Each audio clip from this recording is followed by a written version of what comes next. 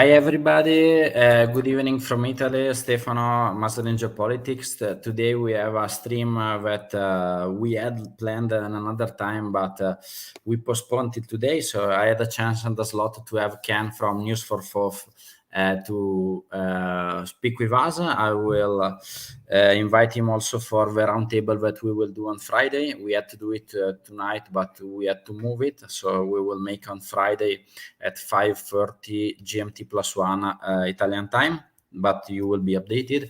I invited Ken because I liked a lot his TikTok profile.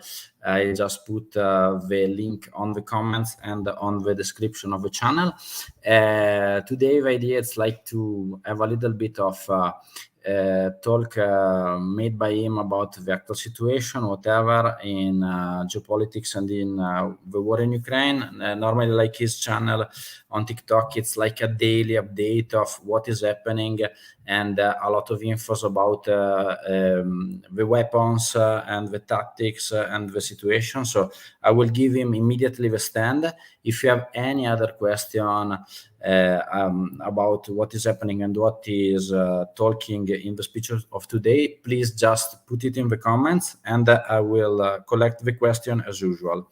At the end of his speech, we will try to answer to all the questions that are already collected and the question from the chat.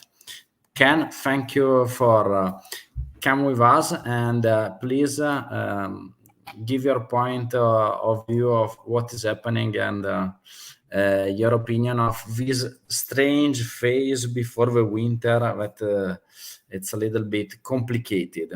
So thank you so much. I think the war itself is complicated. First off, let me start. You have a mic off. What's that? No, you should hear me. Can you hear me? No. Okay. Can you hear me now? You can't hear me at all? No. Okay. Okay. It was working fine a second ago. Hear you. Okay, you can hear. Perfect. It's can working. You hear me now? Okay. So, all right. So first off, let me just start off by saying I don't want to come across as an arrogant American. I know that that's a common misnomer globally, that people will look at us and say, oh, you're American. You think you can do whatever you want. So right off the bat, let me dispel that about myself. I understand that we do have a certain amount of braggadocio, and I know that we have certainly, kind of pushed our agenda across the world. But I will say, in our defense, we've always tried to make sure that agenda included what the people, say, of a nation were asking for most of the time. And I know that there's obviously political agendas and there's economic agendas. I recognize it. I'm not a fool. With regards to Ukraine, the situation becomes a lot, I don't want to say simpler, but you can kind of break it down a little bit. There's no oil involved. There's grain, but it's grain that, is going to Europe and going to Africa and going to different areas. So the monetary aspects, unlike the Middle East, where people could fundamentally argue that the U.S. involvement in the Middle East or the West involvement in the Middle East may have something to do with oil, may have a lot to do with oil. In Ukraine, it's really, I believe, fundamentally is a completely different animal. And I haven't seen anything to dispel me of that. Now, when we look at Ukraine, we look at, quite frankly, we had a man who has been wanting to gain more control in that region. And I don't know if it's, there's a lot of talk about why Putin is doing this in Ukraine. What was the fundamental impetus? First of all, he took Crimea from the former president of Ukraine, and then illicitly, he took the territory, took over the territory, and that was back in 2014. Of course, there was always a fighting area in the Donbass. And why did he do this? So there is a real school of thought here, and it is a true belief. And I know that this can be difficult for people to believe because they always think that there's some kind of monetary benefit or something like that. But I don't really think that that's the case with Vladimir Putin. I think Putin truly is a man of the Soviet Union. He is an old school Soviet And he fundamentally, at his core, believes that his way is the only way. It is the best way for Eastern Europe, specifically Ukraine, and certainly the former Soviet bloc nations. Now, some of those former Soviet bloc nations, like Poland and Czech, they're part of NATO, so that's going to be a moot point. But Ukraine wasn't a part of NATO, and maybe it was his fear that NATO, would take over Ukraine somehow, and then possibly would invade him. Here's the thing: this is a big issue when you think about Putin's mentality that Ukraine was going to somehow join with NATO, and then somehow that would mean expansion into Russia. Russia has nukes. It's not complicated. Nuclear weapons are a huge deterrent. They will stop people from invading nations. I mean, that's fundamentally one great aspects of a nuclear weapon is not necessarily attacking another nation, but protecting your own from invasion, because it is that insane last-ditch effort. You can just say, you know what, all else fails, I'm launching nukes because I'm about to be decimated. And it is the reason why Ukraine really has been reined in from invading into Russia proper, is because he does have that nuclear deterrent. So going back to what I'm saying, why did Putin feel the need to have to invade Ukraine? Well, okay, NATO maybe feeling like he was going to lose control of Ukraine. I don't think this is military from him. I think he's an older man. I think he wanted to have a legacy. I think he didn't want to be forgotten. And I think he wanted his legacy to reestablish some semblance of the old former Soviet Union. I think, honestly, it was just reconstituting the USSR for him. And what has shocked everyone in the global community, without question or hesitation, is that no one, not me, no, I don't care. You can find anybody you want in this field and ask them if they thought Ukraine was going to stand a chance against Russia, and they would laugh in your face. There is no way that this was going to happen. And Ukraine has stunned the global community by basically doing so many things for Putin that he never anticipated. I literally call it the war of opposites, because it has had every opposite effect that Putin wanted on him and his nation.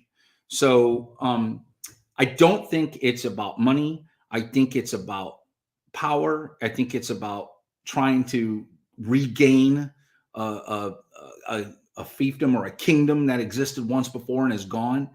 And as far as America's involvement, the same thing holds true. We're trying to make sure, and I would say America and the West, because NATO, of course, is heavily involved. I think what they're trying to do is what you see is what you get. In this particular case, when it comes to Ukraine, it's they want to be free.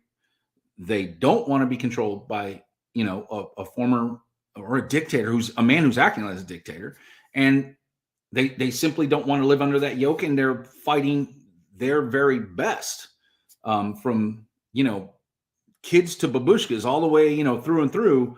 They are fighting tooth and nail to make sure that they can stay free. So from an American perspective, from a moral perspective, for our stance, we look at that as a very righteous act. We see that and say to ourselves, okay, that is something we can get behind. That is something we understand.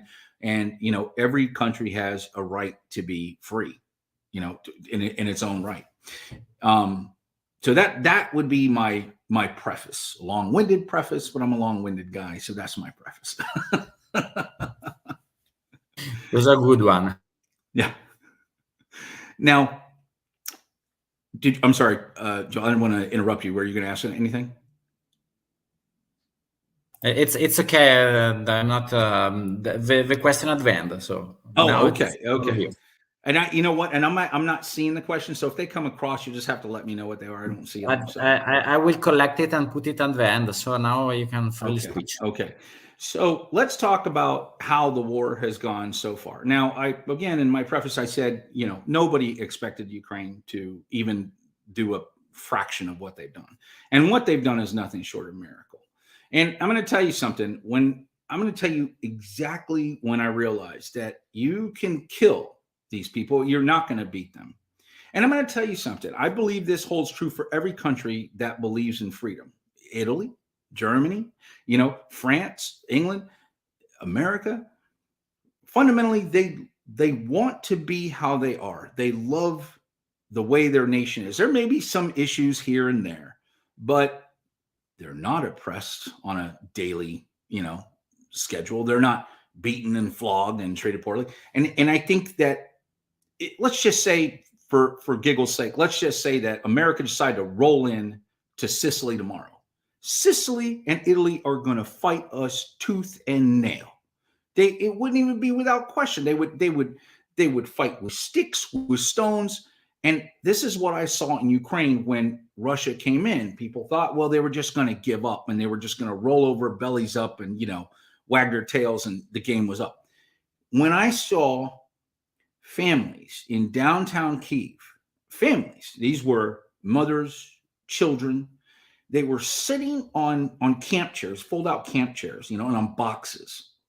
And they were singing songs, playing music, and making Molotov cocktails, bottles with alcohol and the rags coming out of them that they could light on fire and throw at the enemy. When I saw that, I realized, I was like, oh, Russia's already lost this war. You're going to kill them, but they'll never beat them. These people are just not going to give up, because you got little kids that are now, learning how to make Molotov cocktails next to mom and dad. And it steamrolled from there. Now, there was some huge adaptations that Ukraine utilized so effectively that it just mind-boggling. One of the most amazing things is at the beginning of this war, and this is true, okay? This is absolute 100% truth. Ukraine can fundamentally owe its existence right now, okay, to about 30 people.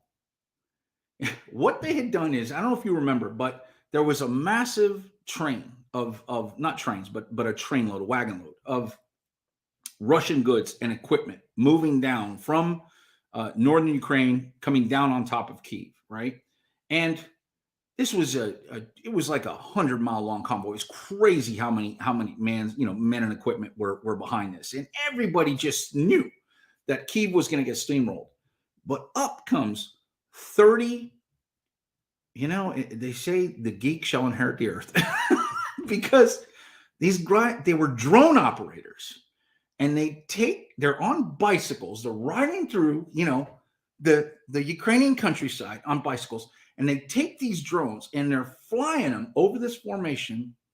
And that information they were able to garner from the drones, the targeting information, allowed Ukraine to actually attack that formation in front and basically bog down the entire movement of that caravan, of that force moving into Kyiv. That stopped them, but cold. I mean, that was it. It hit the brakes on their entire invasion. It was 30 guys on bicycles with drones did that. And I look back at that and I'm like going, in the annals of warfare, you see some pretty spectacular stuff. You have the berserker of what's it, Bannock Bridge, the one guy who held up an entire force. There was the Battle of Taffy, was it Taffy 3?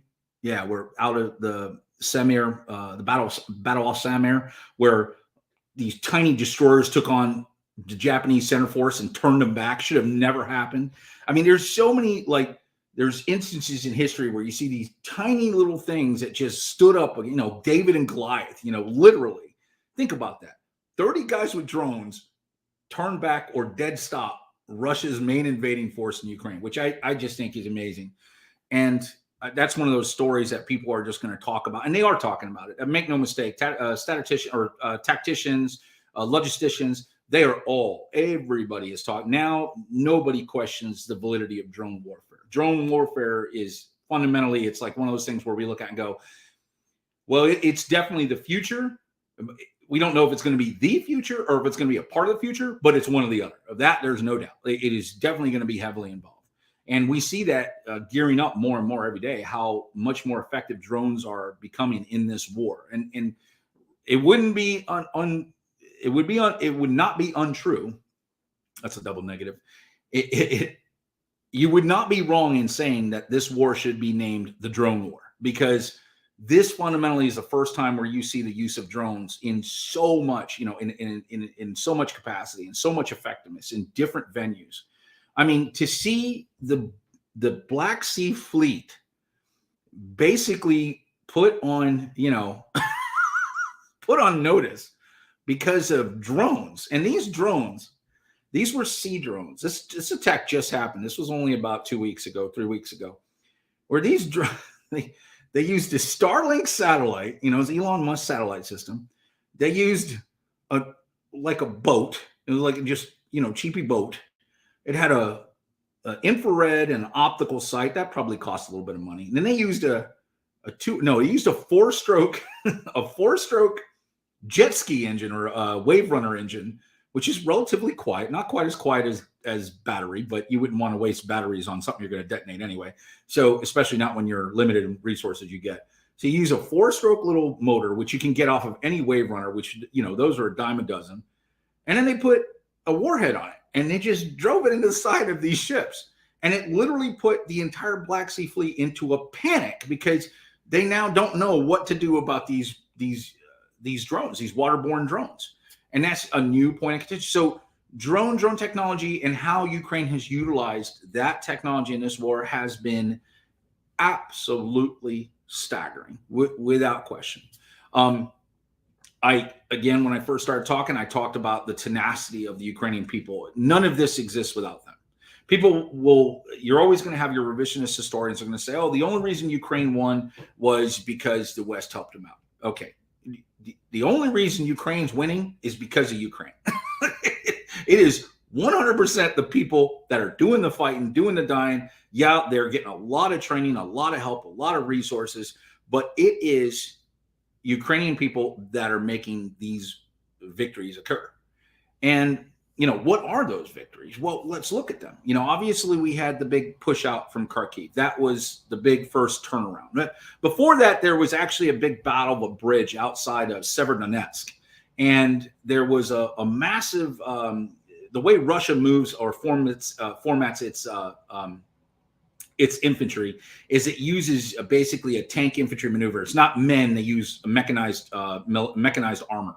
And they consider those are particular, those are groups that they would utilize and push forward. So there was several of these mechanized armored groups that were actually pushing through this bridge in Severodonetsk, and Ukraine was able to effectively target, with the use of drones. Again, they were able to target and actually destroy that. And that was the first kind of big kink in the armor where you realized, oh, wow, they've got something going here. Not only have they had these delaying actions but they've always had to fall back. That was the thing, is they would delay them, they would push, they would say, hey, look, this far and no further, but then they'd have to fall back, and they'd have to fall back. And they lost, Donetsk, and they lost Luhansk, and they lost, different regions, Kherson. That was a big one. And inevitably, people were starting to wonder, are they going to be able to turn this thing around? Well, that battle in Severodonetsk, where they destroyed that element, is what it's called. I'm sorry, it's a mobile or infantry element, and they use a armored element for their infantry, for their base infantry. And so when they struck and they destroyed that entire, some 600 men, multiple tanks, multiple APVs or APCs, excuse me. Or APVs. And so they did a huge amount of damage. And people were like, oh, wow, there's a victory or something going on here, because they just destroyed a pretty decent sized group. It was a battalion's worth. And so, people kind of wonder, well, will they keep falling back? They fell back for a little bit, but then something happened outside Kharkiv, and Kharkiv just turned the entire war around.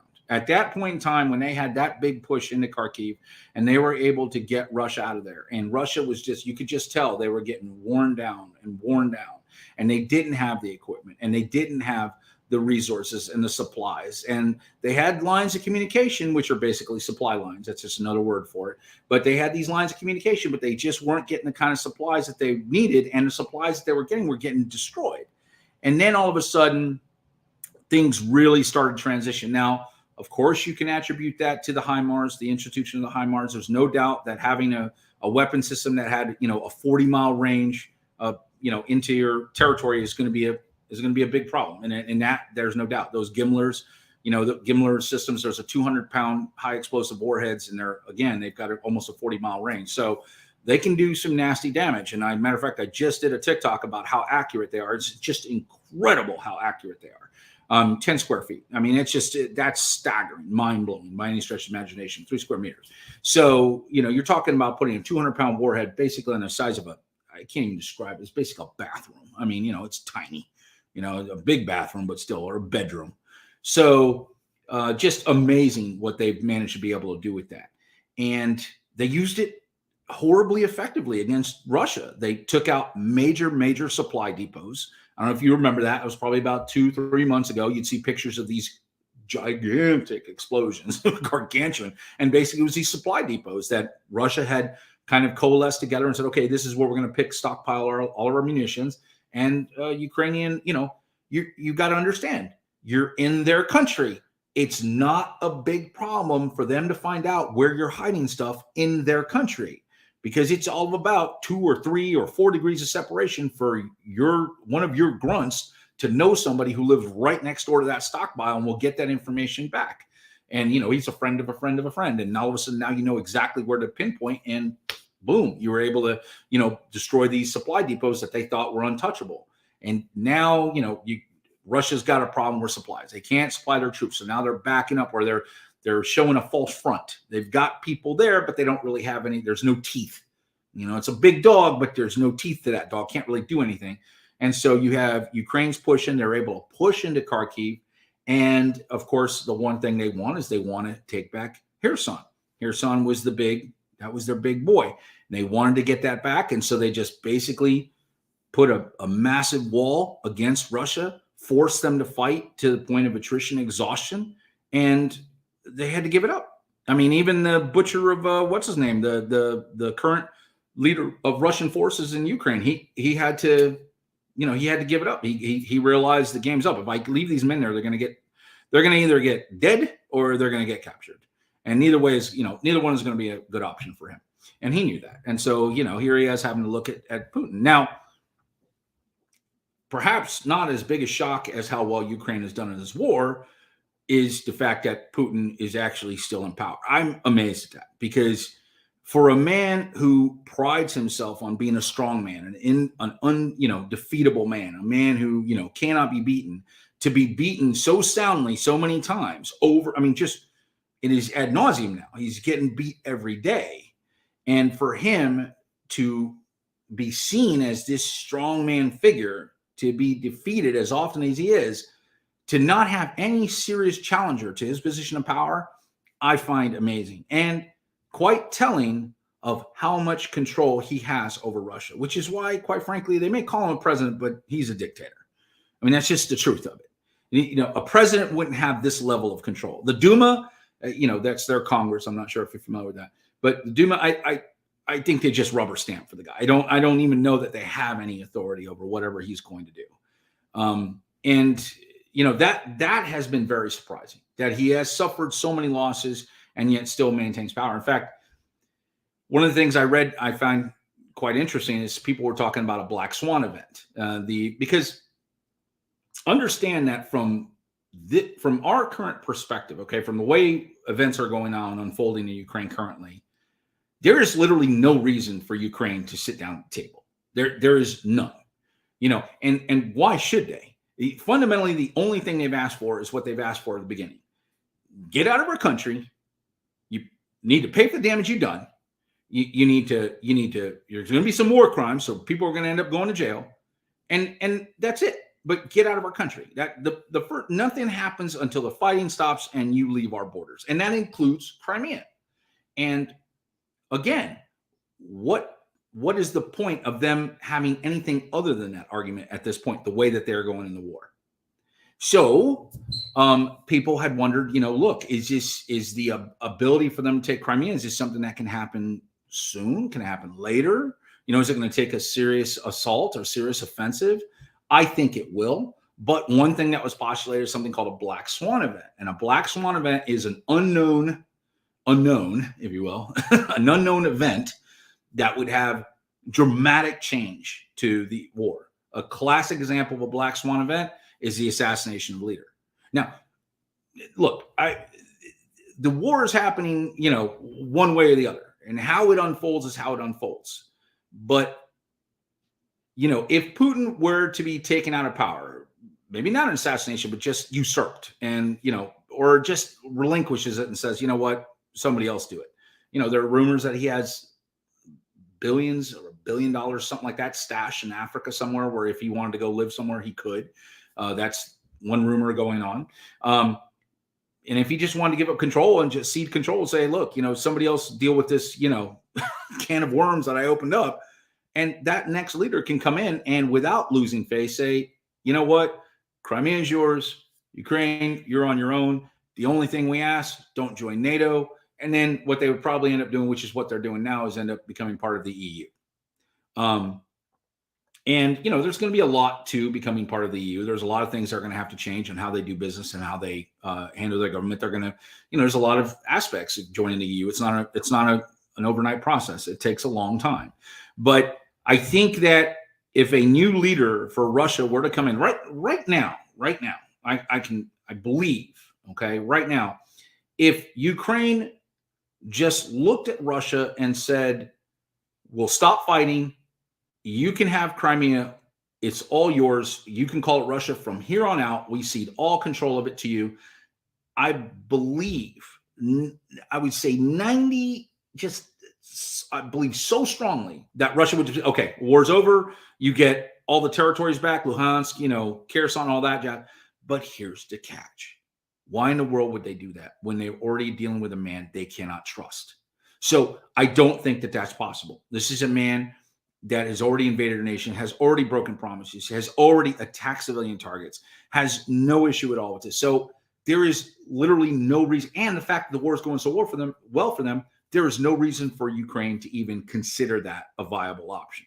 So I don't think they're going to give up Crimea. I think they're going to fight tooth and nail for Crimea. If a black swan event happens, it may allow them to take it over even that much quicker. But what may happen is if that black swan event occurs, if something happens where Putin's no longer in charge, it could be this new person, whoever it is that comes in, can say, hey, look, that was his bag, not our bag. We want out, and Crimea is yours, fairly well. The only thing we ask, don't become part of NATO. Other than that, easy peasy, yapping easy, call it a day.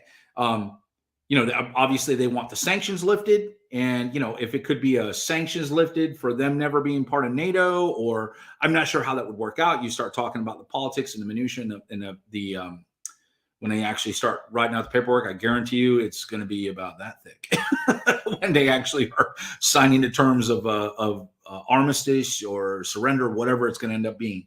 So, but between that now and then, it will be very interesting to see how Ukraine is able to fight this war, because what they've done so far, even now militarily, now that they have those resources, has actually been brilliant. We know that there was some kind of amphibious assault, may have been a light amphibious assault, but some kind of, maybe with Swick boats or something of that nature, basically a brown water navy, where they came across and they actually rolled onto this area called the Kidburn Spit, which is this kind of isthmus that sticks out into the Black Sea. And there's a town there called Hirovsky, and there was some kind of assault or some kind of action there. And that gives them a perfect line of attack to the flanks of the lines of defense that Russia has actually built across the Dnipro River. So now you have multiple angles of attack that they've managed to establish, that Ukraine's managed to establish militarily, which is a brilliant maneuver. Because once they've controlled that Kidburn Spit, you don't have to limit it to just Swick boats. You can bring over heavy equipment. You can bring over armor. You can bring over tanks. So now you have heavy armor. You have, different weapon systems that are now at the flanks and within firing distance of this line, this defensive line. And, Patton famously said, fixed fortifications are a monument of stupidity, or a monument to the testimony of stupidity of man, because you're fixed. You have, if it gets destroyed, you're done. You don't really have your fallback place is called retreating. So that would be that's the drawback. The good thing is they're able to kind of create a temporary stoppage, and they're able to maybe regain their forces. But there's the catch. The whole point of that is to be able to resupply yourself. Well, you've lost the Kerch Bridge. That's been blowed up. You've got a lot of the Donbass region. That whole fields area is all crawling with Ukrainian forces. So where are you getting your resupply from? Maybe Mariupol, maybe Melitopol. You're getting some supplies from there that are kind of coming across that southern region. But again, some of those areas are still within firing lines of the heavier equipment, the Caesars or the M777s, and of course the HIMARS. So you've got your lines of communication or supply lines. They're constantly under attack. You've lost major southern routes. Your biggest southern route, which is the Kerch Bridge, that's gone. So now, you have, how do you resupply these troops? Not to mention the drive from some of these areas up to those troops. Like if you were trying to just cross the Kerch Bridge with different vessels, that's still a heck of a drive to go all the way up through Crimea and then up to try to resupply those troops up near Kherson. That's a heck of a thing. And that's professionals talk logistics, amateurs talk strategy. So logistics is what wins a war, and logistics is definitely what's costing a war for Russia right now. They simply don't have the supplies. They don't have the resources to bring to bear to the war. And that's why people say, well, wars cost money, and whoever spends the most typically wins. That's very true. So what have they resorted to? Well, they've resorted to, cheap tactics of terror. That's what they've done. They've said, okay, well, our weapon systems aren't doing anything. So what we'll do is we'll start attacking civilians and civilian infrastructures. Now, they were attacking civilians from the word go. We've all known that. I mean, they were using bomblet ordnance, basically. I forgot the name of it. I'm drawing mind blank now, but they were using bomblets actually to go around apartments. They were, we saw cars getting blown up. These are just cars. These are, people's vehicles. These aren't military pieces of hardware. So they were just going in mass and hitting everything inside the cities, wherever they could. But they've now run down low on missiles, every version. So their land, air, and sea-based missiles they're starting to get very thin on those. They're starting to really run out. They don't, the sanctions are such that they don't have the ability to resupply themselves as much as they would like to. And they are, they're running low on what they have to actually effectively fight the war. So what they have is they have terror. That's what they've kind of resorted to, where you have them, deliberately attacking civilians, deliberately attacking civilian infrastructure. On that front, deliberately attacking civilians is never right. There's nothing right about that. You don't go after women and children. The theater bombing, that was ridiculous. There was no military. That's the whole point of this, right? What is the military benefit of this attack? What's the military benefit of this engagement? And there was nothing there. Now, the infrastructure, one could argue, well, the heating supports the supplies that supports the troops. The electricity supports those that are supporting troops.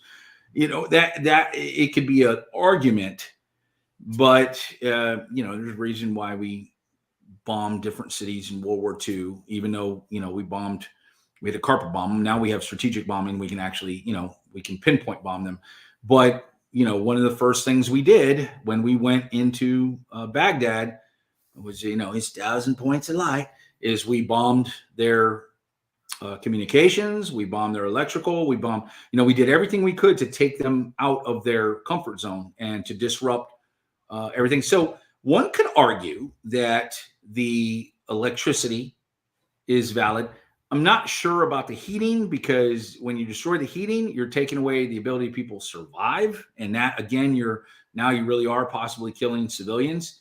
But one could argue that. However, deliberately attacking like apartment buildings, there's no excuse for that. There is literally no excuse for that. And quite frankly, it's a dumb waste of weaponry. It really is. It doesn't make any sense. And, I don't know if maybe the ordinance doesn't have the accuracy that they thought it would, or whatever the case may be. But I know now that Ukraine is aware of what they're trying to do. These civilian attacks is just terror attacks, that they've created, overlapping air defense systems that, yeah, I see that. Ken, That, yeah, I don't want to interrupt you, but I no. already have more than 10 questions. So Oh, it's only yeah. Go ahead. You just told me to so, keep talking until okay, you no. interrupted me. I want because it's Okay. I liked a lot, but a lot of things that you already said. It was also in the questions. So Got you. I'm Go ahead. cutting off that question. So this was collected in advance. So what are the Western and the Russian weapons, in your opinion, that that have been fundamental on both sides? Without Maybe question. one. No, can't. Well, it is canon. This has been a complete cannon war. It's been cannons on both sides. Now, rockets, cannons, basically land-based, projectile weapons that are just firing at each other. That has defined this war. Besides drones has redefined the war, but cannons define the war. So the So Caesars, artillery, maybe. what's Like that? artillery cannons. Absolutely. I'm Okay. sorry, artillery. It's basically it's been an artillery war. Again, drones have kind of redefined that, but drones have been utilized to support effective artillery fire on both sides. Russia, they wised up. They were like, oh, wow, this works. We can take a drone, throw it over there. We can see where they're at, and we can direct fire and actually hit them. Now, Russian firepower is not as accurate as the NATO firepower that Ukraine is using, but it still works, and they've done a lot of damage with it. But yeah, absolutely, this has been an artillery war on both sides without question. And the Russian, let's say, said that in a sort quantity, it's a form of quality. So maybe they have less, let's say, precision, but they have a lot of stockpile of normal artillery. Maybe not absolutely. new, maybe old, but a lot. No, Another you're one, absolutely right. how as the Kherson withdrawal liberation resulted in 40,000 Ukrainian troops stuck on the west bank of Dnieper? Has Kherson withdrawal liberation resulted in 40,000 troops stuck on the west I bank? think that the question it's like I'm trying to now, understand the question. no, I think that the question is like probably with the bridge off, let's say the Ukrainian troops are stuck in the west part of the Dnipro. Okay, so you do the eastern part. you are going to have some troops, but remember, a lot of those troops are actually they've already been captured. So you had Melitopol, Mariupol have both been captured. So remember, the Azovstal still works; those troops have all been captured, and now they're of course they're getting released through trades and whatnot. But there hasn't been any significantly sized force that has been captured by Russia of Ukrainian soldiers. They have pretty much stayed coalesced and have attacked en masse. But again, here and there, yeah, you're going to have some. There's definitely some troops that have been lost, and as that front pushes forward. Sorry, no, I think that the question was different. Like, I think that the question was with the, let's say, Russian cutting off the western part of Dnipro. Now Ukrainian has liberated Kherson, but they are cut it off from the eastern part. It's like it was asking if these 40,000 troops of the Ukrainian army it's stuck on the western part, but they cannot. Are they stuck? Oh yeah, no, temporarily. Again, that's what I told you. That Kitzbühel split. So you're talking about you'll have a multi-pronged attack, which is, I hate to say it, but Russia knows it's coming. It's just they can't do anything about it. So they're not stuck. They're just temporarily in position until they regain the forces or the supplies they need to go ahead and push across that river. But that's exactly what they're going to do. Now, I will tell you, and it's because I'm an alarmist. Not only am I a Ukrainian maximalist, which I am, and I make no apologies for it. I truly believe in the cause of the Ukrainian people. And I think what Putin is doing is fundamentally wrong. So I make no apologies that I am a maximalist, but I'm also an alarmist. And one thing I will say is the Novikakhovka Dam, that thing just bothers the heck out of me. And, and of course, we don't really get a lot of information over who's controlling that right now. But if Ukrainian forces were to try to breach the Dnipro in a significant size and come across, and they were in the flood zone, and depending on who controls the Novakakovka, it could be that Putin might just be desperate enough to detonate that dam, and that would To blow flood up. those forces. Okay. Absolutely. Blow up that dam and flood those forces. Now, I am not the only one who sees this, and I know that Ukraine's active. So I have no doubt that if you're the questioner who asked that question, if they want to look at it this way, my guess is you will not see any significant movement across the Dnipro, okay, directly from Kherson. You will not see that until they control the Novakakovka Dam. Okay, so I no, truly believe that. like Pantum Bridge, it's too dangerous. No, probably. because it's just too. Because I think again, I'm being an alarmist. I'm being paranoid, but I truly believe that if Putin controls that dam, and people are like, oh, well, that's the water supply for Crimea, he doesn't care about that. He cares about taking up. He needs a victory for his country, and he has had none. And he is looking at the very real threat of losing power. So he is looking for anything he can grasp at. And blowing up a dam is not beyond him. Not to mention, it's not a nuclear option, which is a big deal. They're looking for the greatest possible non-nuclear option. Blowing up a dam does that. And if they were, again, trying to cross the Dnipro and didn't secure the Novakakovka, or didn't realize that it was, mined, or they missed something, he could attempt to try to detonate it. It's possible. It is possible.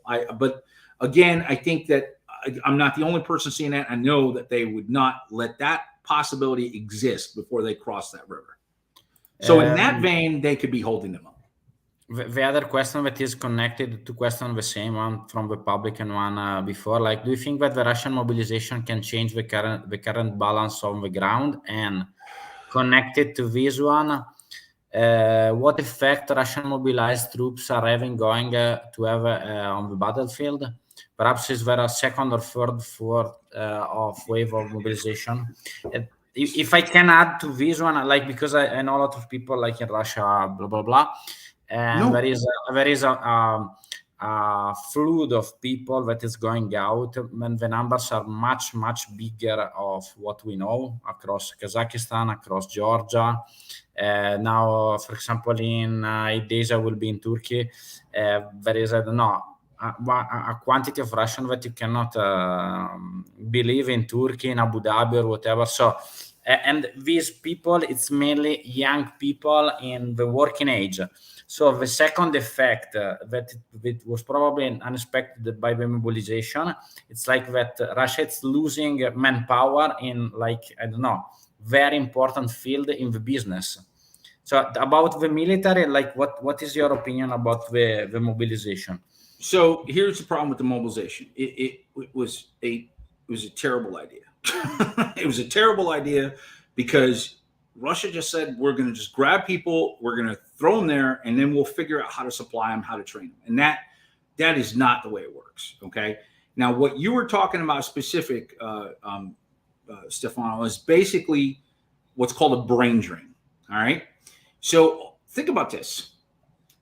The people who know, the people who have the finances and the capacity, the intelligence, or the education to know what's fundamentally happening in Ukraine, they don't want to be a part of this war. So what happened when the conscription first occurred? The very first day, all flights out of Russia were booked solid. You couldn't get a flight out of Russia. The reason? All of those parents saw the forest for the trees. They got their kids and their husbands and their brothers on board planes and got them the heck out of Dodge. There's like, no, you're not going to take my kids. So now think about the people that got on those planes. These aren't like, impoverished farmers that did this. These are all your technicians, your second level, like physicians and physicians assistants, and different professionals. IT, IT that were like, we're not going to be part of this. The Russian industries of IT, because I have also connection in IT. I worked in IT before. The problem is that a lot of them went out. If you want to have someone that return, they have to pay them 3-4 times more than before, because nobody want to return back. Sure. So it's like a blowback effect, huge in the businesses. So the conscription process, the idea of conscription, what they did has has damaged that country in so many different ways. They just, again, they thought if we throw enough people at them, it'll change the balance. But the people have no clothes. The people have no hardware. They have no resources. They have no food. They had, now you've got people that are, there are videos of people just like walking to the front line, walking across the front line with their hands in the air, giving up immediately and saying, I'm not going to get killed. And there's a level of desperation here when you see the Wagner group going into prisons and telling people, we'll get you out of here if you're willing to go fight on the front lines. And, that when you see that level of desperation, there's a real problem here. So who is it that they pulled for these conscripts? They are the poor farmers, because that's really who was left. Basically, people who had no ability to either drive to, the Kazakhstan border or drive to or Kyrgyzstan border. They had no ability to get out of the country, so they got stuck and locked in, and they don't even know what's going on. They're getting beaten by the local police, getting told you're going to get in this van. So now you have people who don't want to fight getting forced into fighting, and there's all sorts of challenges. I've seen things that if it happened in the U.S. military, oh my gosh, it just wouldn't. It's unheard of. You see these troops, I call them troops loosely, but they're fighting with the commanding officer of the base. And I'm like, oh, that just wouldn't happen in the military, in the U.S. military. You wouldn't see that. I know, I was in it, and you would never see anything like that. I am so sorry. Did you hear that by chance? Yeah. I am so sorry. That should not have happened. I don't know why it did. No problem. I was actually texting her earlier, telling her, "Hey, don't call me." But we didn't. No. Listen. Oh, you didn't hear anything. Okay, good. So again, fundamentally, if you look at how the conscription process worked, you've got the most impoverished, the most desperate, if you will. You're throwing them into a hostile situation where the only thing they have left going for them is their lives. And you're telling them, hey, we're about to deprive you of that too, and they may be the only ones taking care of their families because they know that, oh, we'll take care of your family. Well, that's a lie. They're not even dumb enough to believe that. And I'm sorry, I don't mean to impart that they're dumb. They're not dumb. They're just, maybe they believe in the Russian cause, but they're not silly enough to know that the country they've lived in all their lives is going to take care of their families when they're gone. That's just not a realistic way of thinking. And I don't think anybody would be foolhardy enough to believe that. So you're throwing them, now you're putting them in when it's getting cold out. They don't have the kind of clothing they need. They don't have the type of generators and heating units and I've seen so many things, so many videos where you see people using visqueen to make tents. It's like plastic sheeting, and people, the tents that they're using are like completely open at the bottom and winds blowing in, and these people are just freezing. And so as much as maybe the attacks on Ukrainian infrastructure has had an effect on Ukrainians, you can see how the winter is already affecting Russian soldiers and these conscripts. So I think, and they're talking about doing a second conscript push, and that's going to have just as little effect as this first conscript push had. And it's just going to affect that country even more, because now you are going to take away people who are necessary in the fields of, farming, plumbing. I mean, people that can do stuff, loggers, they're not going to be there to do that work. So you're going to have old men, boys, little kids trying to do all that work. It's a nightmare scenario for Putin. And that's why I keep saying, from the status quo, I've said, leave. Just leave the country. Just get out. Just call it a day. Roll your forces back and just leave. Just give them what they want and go. They don't want to invade your country. You are safe. They're not going to do anything to you. Just leave the country. Hello? Some questions for you. So, okay, first one is like from today, from the history of the study of war. Russian military movement suggests that Russian forces are likely reinforcing position in eastern Zaporizhia and western Donetsk Oblast. First. Second, it's like Kremlin seeking to scare Russian public with threat of false flag attack in Belgorod. This was like also from today. Yeah. And The other one, but still connected, it's the last two. Okay. Could it be the northern form still dangerous for the Ukrainian, or it's a Russian distraction? And why I said all this three? Because I was very interested in the last interview 7 years ago of the General Mark Milley, in chief of the U.S. Army. Like said that the Russian military was really hurting bad, and there may be a political solution where politically the Russian withdraw, not militarily now. So this was like an interview to like a press release that was on CNN and whatever, in everywhere. So in your point of view, because for example, you said that it could be in not in a, maybe in a short time, but also a battle for Crimea could be possible. Why, for example, in the European point of view, what we listen from, let's say, US military chief, it's more like, let's say, cautious, like prudent scenario. Like that Russia can, let's say, politically withdraw out, but militarily it's very difficult to push them out. So how are they going to politically? I got to tell you right now, I don't think there's any disconnecting the political and military structure right now in Okay. Russia. I don't think you can discuss one without discussing the other. I think that obviously, von Clausewitz famously said, military, war is an extension of politics when politics is done. so and I think that's where we're at. We're politically, you can, discuss. I think again. The argument could be made that somebody could go to Zelensky and say, "Hey, if you're willing to give up all of Crimea, Russia says they're backing off and they'll give you everything you want." That is a possibility. I don't think it's going to happen. I think Zelensky's made it very clear. I'm not giving up Crimea. I should have never had to give up Crimea. It was ours. It was, they took it, and that's not right. So I understand that. Donetsk.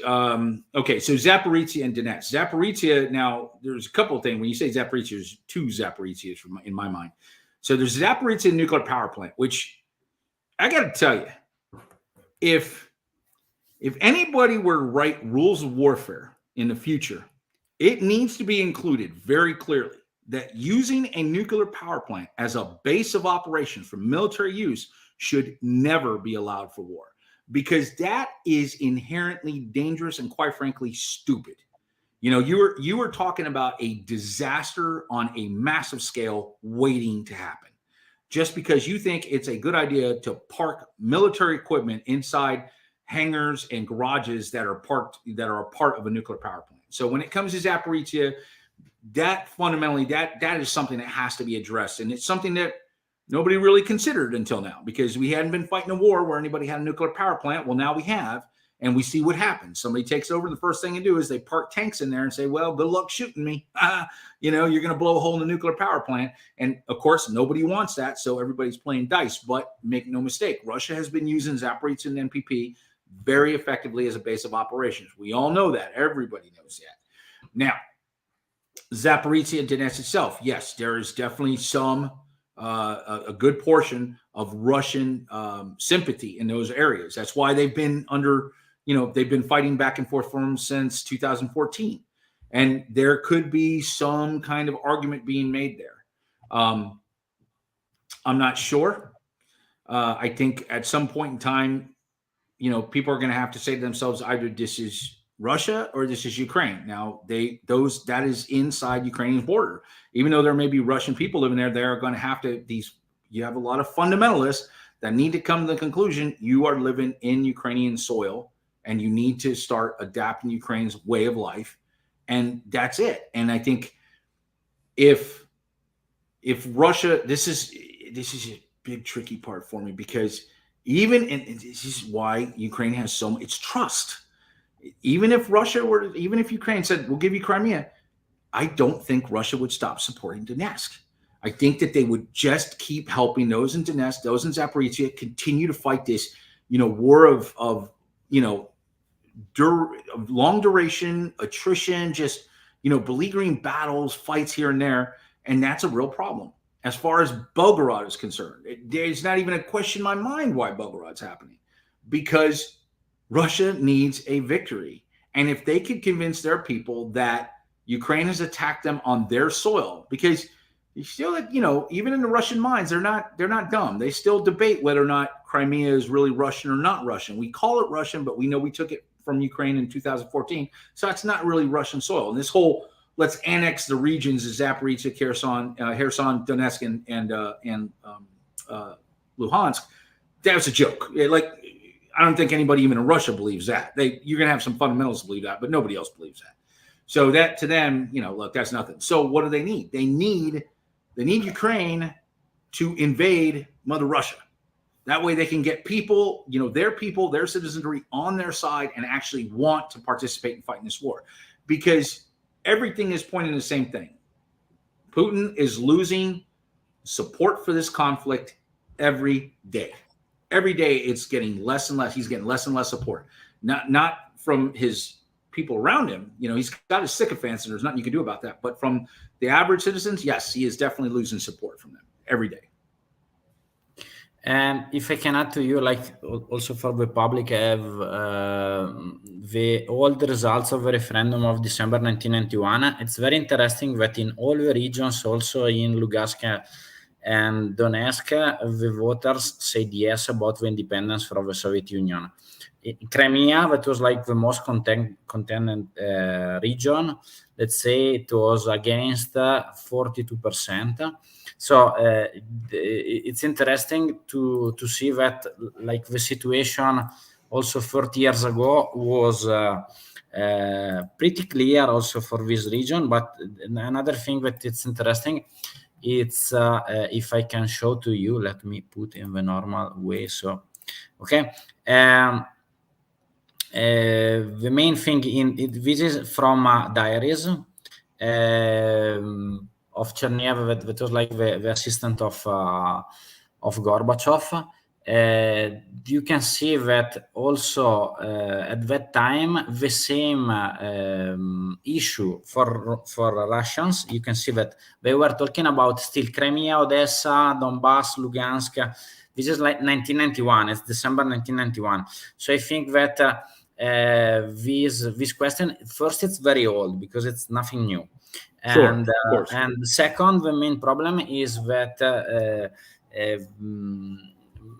there is a lot of frozen conflict after the 1991 that could be used for the same occasion. Like, for example, in 2008, Georgia, South Ossetia, and Abkhazia. In Moldova, you have Transnistria. That was the perfect bridgehead to arrive and cut off Ukraine from the Black Sea. Absolutely. You have Nagorno-Karabakh in Armenia, but now it's a super mess in a conflict. When you said before that the Ukrainian war was probably the first with a massive use of drone, I agree with you for both sides. But for one side, the first one was Nagorno-Karabakh in 2020 because Azerbaijan used a massive Bayraktar forces at that time, and Armenia didn't have nothing, so they lost completely. And so, other two questions that it's connected for the US, because you are from. So, do you think that there was an opportunity to avoid this war at any time in the past from the perspective of US and ally influence and action? And connected to this one, what would be the geopolitical consequences of the US at any point in the near future, hypothetically withdrawing their support to Ukraine? So your first question is no. I think there's no way that this war would have been avoided because I don't think Putin wanted it any other way. I think fundamentally at his core, I really believe this man just needs that legacy. He's got fewer days ahead of him than he has behind him. And I don't think that there's no chance this war wasn't going to happen from his perspective. Nobody wanted. We didn't want it. Like Ukraine didn't want it. The NATO didn't want it, but Putin absolutely wanted it. And I guess maybe he just people, you've heard it. People saying that he miscalculated the situation, that he didn't realize how much support he's going to. Even think about this: China completely changed their ideology of how they would look at Taiwan because of what they saw, the Western response to Ukraine. Nobody expected this. So there's not a question that Putin, absolutely wanted this war, and that was unavoidable. But remember, because of Putin, what would be the effect if U.S. withdrew support from Ukraine? It would be, I can't even begin to tell you how devastating that would be. You don't understand. We still talk about this day that there was just no way. That is one of the fundamental reasons why we were supposed to. I don't know how much you understand about U.S. politics, but we just went through something called the midterm elections. And there was supposed to be this thing called a red wave, where Republicans were going to come in and they were going to take over the House and the Senate and basically be able to check our Democratic. You have Republicans that are much more conservative, which are ironically a little bit more opposed to the war than the Democrats, who are supposed to be more liberally minded, and they're actually much more for the war, which is just the weirdest thing. But there was supposed to be that didn't happen. Now, of course, there was our situation. We were talking about abortion rights here in this country, and there was other things that came into play. But make no mistake, in the back of people's minds, the situation in Ukraine was definitely an issue. It was something that people were talking about. The irony about that is this. Our Republican leaders, like any politician, they talk a big game, right? They tell you how they're going to change. But if you look at the core leadership, I'm not talking about the extremists. Those extremists, there's nothing you can do about it.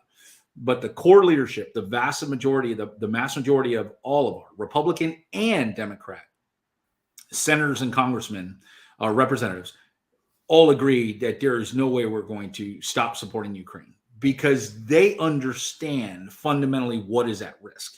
And what is at risk is allowing basically a bully to say, hey, look, we can just take over this country if we just feel the want and need to. And that just goes against the core tenet of the United Nations when it was formed. It goes against the belief that every country has a right to be free. And if America were to back off from that, we would look so hypocritical. We would be given carte blanche to any nation just saying, yeah, you can go ahead and take over. It would be immediately. China would take over Taiwan tomorrow without question. That'd be done. They'd be like, well, America doesn't have the backbone to back up their own words, and what's the point of this? And that's exactly what happened. That would be what would occur. And now, conversely, in Afghanistan, you're probably saying, well, why did you leave Afghanistan? Well, because we realized Afghanistan didn't have the willpower to be free. They just don't want it. They could never muster. They were so embedded with that tribal mentality and that clan mentality that they had going on. They never embrace it. Most people don't realize this. Most Afghanis don't really care about the Afghanistan flag. They don't care about Afghanistan country. They care about their family. They care about their clan, their tribe that they belong to. That's what they care about. So there was never this whole enduring concept of Afghanistan for them and for them to be free as a nation. They wanted to just take care of their little portion of it. And so the Taliban knew how to use that against them and control everybody. And they said, okay, well, we're the ones in charge of all the clans. And the people at those unit levels, at the clan levels, they were like, well, they're not bothering us, so we don't care. And so that's how they were able to continue. And it took us 20 years, but once we realized that was not going to change, we were like, okay, we're done. We're not going to keep throwing good money after bad, trying to help you. You women keep saying you want to, be free. Your men keep saying you want to be free, but you're not really showing the change. You're not doing, no matter how much help we give you, you still keep getting stuck and you won't do what's necessary to get yourself free. Ukraine, fundamentally, my God, the blue and yellow flag has basically taken over the world by storm. So they absolutely believe in Ukraine and a whole Ukraine and, one Ukraine. That's what they believe in. So we understand and respect that. We know where they're coming from. And that's not something that I think they would ever lose support on from our end. Let's put the last two questions, because we are already over 1 hour, and I don't want to take a lot of time. I told you I talk a lot. And to stay well, it's okay. We can talk also 3 hours, but okay. So if on February 24 Russia hasn't invaded and choose peace at all cost, what would that have happened? And what price Russia would have had to pay in the immediate aftermath in the years to come. I connect to this one, and that is like the closing question. In your opinion, what could be the worst scenario in December, February 23, a war of attrition? But if I can return back to this one, only to add something, because I make a lot of also economical analysis, and it's very interesting that there is no official data from Russia and from the official Bank of Russia about industries in the last 4 months. But unofficially, like the stainless steel export of Russia decreased about 80%, something like this. It's like huge blow. And the other interesting thing from Italy, this is because for me, from the Italian point of view, this war was very stupid, because in Europe, I think that Russia had 3 big friends, commercial friends. Yep. Italy, France, and Germany for sure. So the 2 biggest, Germany and Italy, because we are the 2 most industrialized. And only Italy and Germany have 50% of the all sole production of the European Union. It's Italy and Germany. And so this is why we needed, like, it was good, like, to have cheap gas from Russia. So Italy, the last 2 weeks decreased to 0% the import of Russian gas, and it didn't happen from 1974. So why? Because now, like, this problem and the cost of Russia, for sure, there was a huge cost in this summer for Europe, because the cost of gas went 10 times more than let's say 20 months before. But now, like, there was a redistribution of the possible suppliers. So Algeria, Qatar, Azerbaijan, whatever, Nigeria. But for Russia, the main problem is to who they can sell, because India and China are not in a growing economical phase, so they cannot import more. They made the contract now for the next year, but there is no pipes, no nothing. So if in the next year, the actual GDP of Russia, it's declining this year 6%, 7%, 8%, whatever. But 40% of the GDP of Russia, it's export of oil and gas. And 70% of this oil and gas was going to Europe. So it's easy to understand that economically it's not affordable to make a long war. This is why your prediction about this war scenario is interesting, because in my opinion, also a clever way of, let's say, exit strategy to don't go in bankruptcy in the next 1 or 2 years for the Russian state is to achieve a deal that could be like the last provocation. In Italy, there is an interesting case that it's 2 provinces that are German speaking. It's called Trentino e Alto Adige, Südtirol. It's in the border of Austria. And it's interesting because these 2 provinces has completely autonomy. They have, like, the official language is not Italian, but it's German and Ladin, but it's a local language. They have 100% of the taxes managed by the 2 provinces. And it's one of the only cases in the world where, like, the control of the, let's say, use of the language, habits, whatever, of this population, it's guaranteed from another state, but it's Austria. Right. So imagine if a solution like this, it's something that can save the face of Russia, like, for the exit strategy. Like, it's like a sort of autonomy of Lugansk and Donetsk, still in Ukraine, but with our control, sovereignty of the Russian speaking. And because economically, Russia, without, I think, the export to Europe of their oil and gas, I don't know, it's not a clever. Well, what is your opinion about the military? So the situation is far worse than that. You see, you see what they didn't take into account, right? When they said, okay, well, we're going to go ahead and I've done so many TikToks about it. What they said, you know what, we're going to limit oil and gas. We're going to cut you off and try to get you to stop that support. And people have a real powerful need to live. They want to survive. So here's the thing. they're going to figure out a way to make that happen. And so what happened was, inadvertently, Russia has actually, even though temporarily global warming has been a nightmare because of the bombs and the explosions and the fires, in the long term, people trying to seek energy independence because they never want to be at the yoke like Ukraine was with Russia, are now looking for any form of alternative energy to never be beholden, like what happened with Germany, with the Nord Stream pipeline.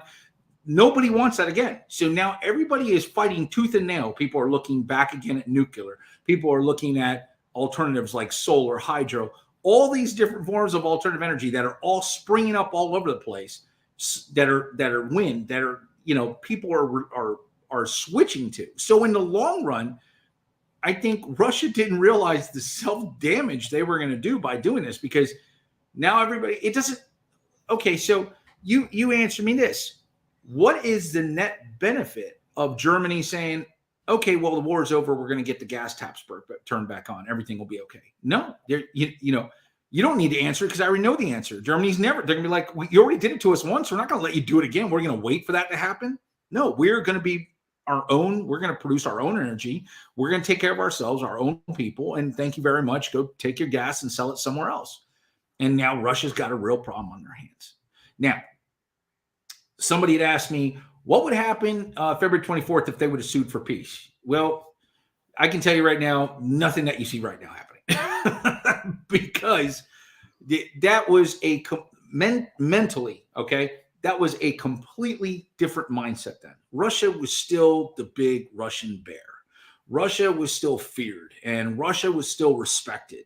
And, but here's the thing. Had Russia even stuck with the old communist mentality of having party ideology instead of the cartel that it turned into, where you have these oligarchs that controlled everything, that basically, there was 20 people with all the money in the country and everybody else suffering. And of course, there's no, what does a multi-billionaire who has 5 yachts care about what kind of, armament the country has? All he cares about is, when can I get to Monaco? He doesn't care about how many tanks the country has or what kind of shape they're in. He could care less. He just cares whether or not whatever is making him money is working, if he's getting the money, and that's it. That's what he cares about. So all the money was going to a very few amount of people in Russia, but at least they still had the image that they were Russia.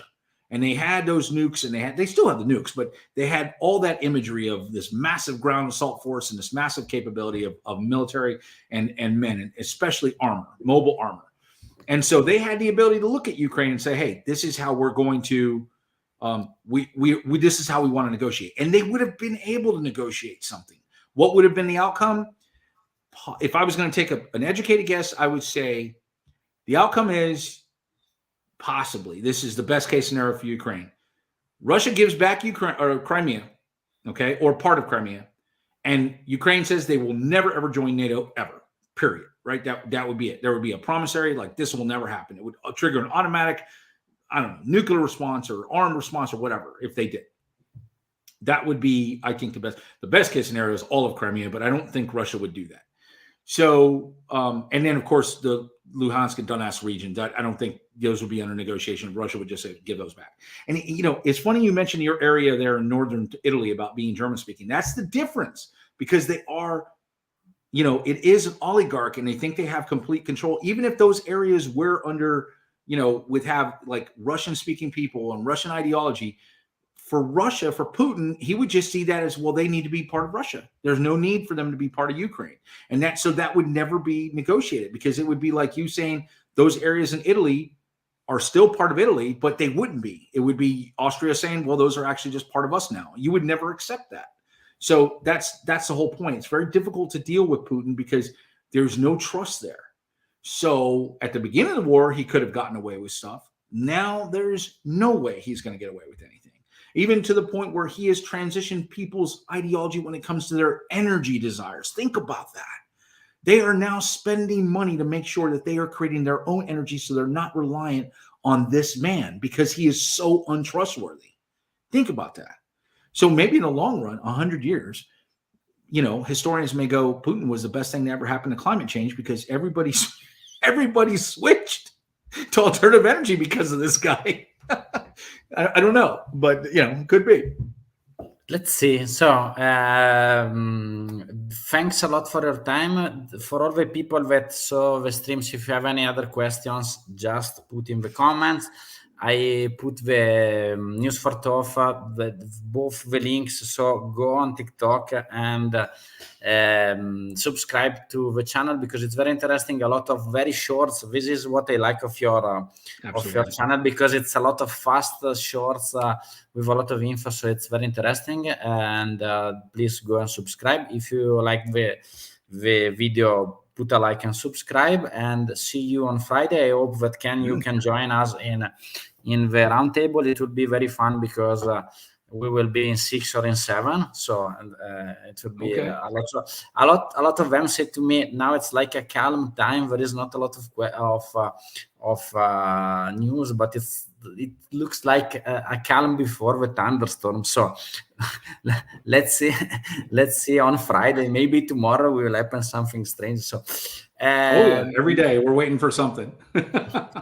So hope something good. Let's see, because absolutely, I just met. I was like with 2 journalists that I met on the way, and they're from Ukraine, and they explained to me a lot of bombings. They were in Kiev, now they're in Italy, and it's very sad for me because I know people from both sides, and to see from like our streams or whatever, it's interesting, but to listen from viva voice of the people that is living in the moment on Kiev, without electricity or eating, as you said, it's very sad, because it's involving a lot of people that it's already at least 1 year. I don't know.